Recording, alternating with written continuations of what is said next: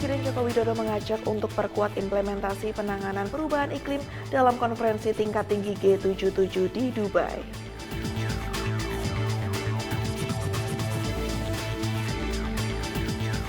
Polda Jawa Tengah laksanakan apel konsolidasi penutupan operasi Aman Bacuya 2023.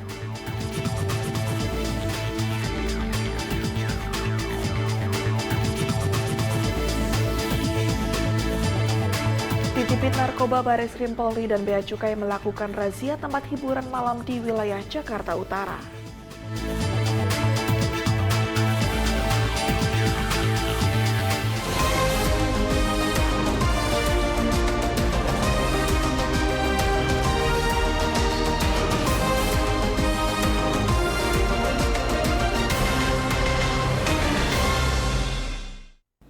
Selamat pagi pemirsa, Presisi Pagi kembali hadir edisi Senin 4 Desember 2023. Selain 3 berita utama tadi, selama 1 jam ke depan, kami juga telah menyiapkan sejumlah informasi terkini lainnya. Saya Ida Ines, inilah Presisi Pagi selengkapnya.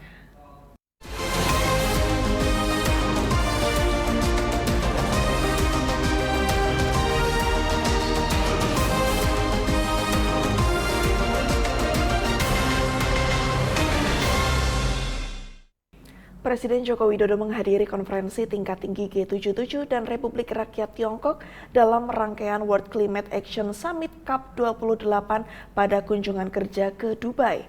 Dalam pidatonya, Presiden Joko Widodo menyampaikan bahwa COP28 merupakan salah satu wadah untuk memperkuat implementasi dalam penanganan perubahan iklim. Presiden Joko Widodo menyatakan dukungan Indonesia terhadap G77 dan RRT serta mengajak seluruh pihak melakukan aksi bersama. Berikut pidato Presiden Joko Widodo selengkapnya. Yang mulia Presiden Republik Kuba, yang mulia para pemimpin G77 and China. Pada COP27 yang lalu, dunia telah mensepakati perlunya aksi inklusif, berkeadilan dan responsif bagi negara berkembang, dan realisasi kesepakatan tersebut masih kita nantikan. Akhir-akhir ini memang telah banyak skema kerjasama yang ditawarkan, namun tawaran tersebut justru jadi pengalihan beban. Negara berkembang terdesak untuk memilih antara aksi iklim dengan pengentasan kemiskinan, atau antara percepatan transisi energi tapi kehilangan kesempatan untuk percepatan pembangunan. COP28 harus menjadi ajang untuk memperkuat implementasi, bukan ajang untuk pertunjukan ambisi. Prinsip Paris Agreement harus menjadi pedoman bahwa tanggung jawab harus dibagi sesuai dengan kemampuan nasional. Oleh karenanya saya tegaskan dukungan Indonesia untuk G77 and China dan mengajak semua untuk melakukan aksi bersama. Pertama, penguatan kerjasama Selatan-Selatan. Mari kita hidupkan kembali semangat Bandung, solidaritas, kesetaraan dan kolaborasi amat diperlukan dalam penanganan perubahan iklim global melalui kerangka kerjasama Selatan-Selatan.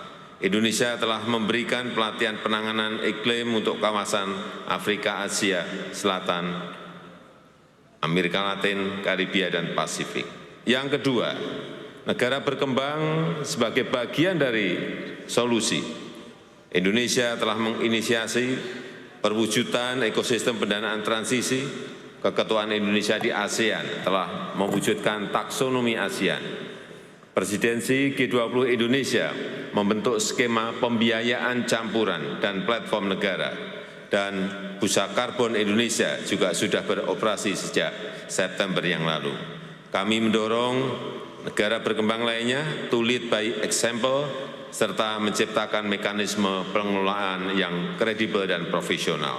Yang ketiga, pentingnya kohesivitas dan inklusivitas. G77 harus terus berjuang dan memperjuangkan agenda global yang kohesif dan inklusif.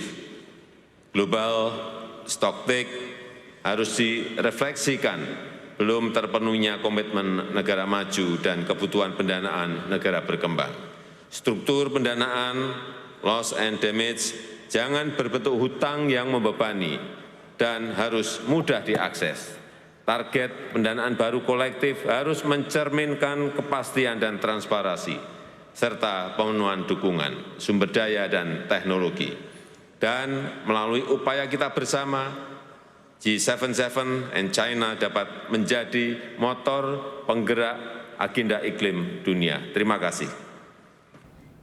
Pemirsa, Wakil Presiden Republik Indonesia Ma'ruf Amin menghadiri penganugerahan penghargaan Naker Award 2023 di Balai Sarbini, Jakarta Selatan pada 1 Desember 2023. Dalam kesempatan tersebut, Wakil Presiden menyampaikan sektor ketenagakerjaan Indonesia yang mulai pulih pasca pandemi COVID-19 membuat angka pengangguran menurun. Meski demikian, masih terdapat sejumlah tantangan dalam pembangunan ketenagakerjaan yang harus dihadapi. Wakil Presiden Republik Indonesia Ma'ruf Amin mengatakan sektor ketenagakerjaan Indonesia mulai bangkit dan pulih pasca pandemi COVID-19. Tingkat pengangguran terbuka maupun setengah pengangguran menurun selaras dengan meningkatnya pertambahan penduduk yang bekerja. Hal tersebut disampaikan dalam acara penganugerahan Naker Award 2023 bertempat di Balai Sarbini 1 Desember 2023. Wakil Presiden Ma'ruf Amin mengaku, meski tingkat pengangguran menurun, masih terdapat sejumlah tantangan yang harus dihadapi dalam sektor ketenagakerjaan. Mulai dari tingkat pendidikan yang rendah dan produktivitas tenaga kerja. Hadirin sekalian, pemenahan sektor ketenagakerjaan masih menjadi tantangan pencapaian visi Indonesia Emas 2045. Bonus demografi yang akan kita sambut dalam 2 dekade mendatang semestinya membawa serta peluang kemajuan ekonomi, khususnya melalui sumber daya tenaga kerja yang produktif, unggul, dan berdaya saing. Kehadiran tenaga kerja, usia produktif tentu menjadi harapan besar negara kita untuk keluar dari jebakan negara pendapatan menengah.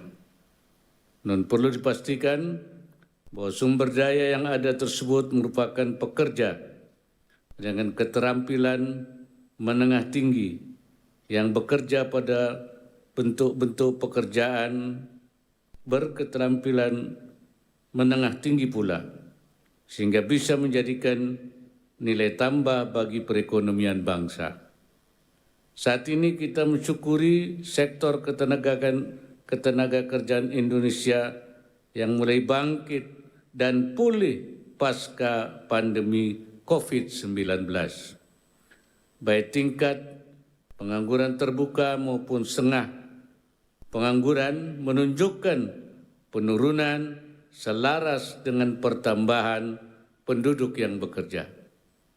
Meskipun demikian, sejumlah persoalan dalam pembangunan ketenagakerjaan masih perlu diselesaikan bersama menuju cita-cita besar 100 tahun Indonesia Merdeka.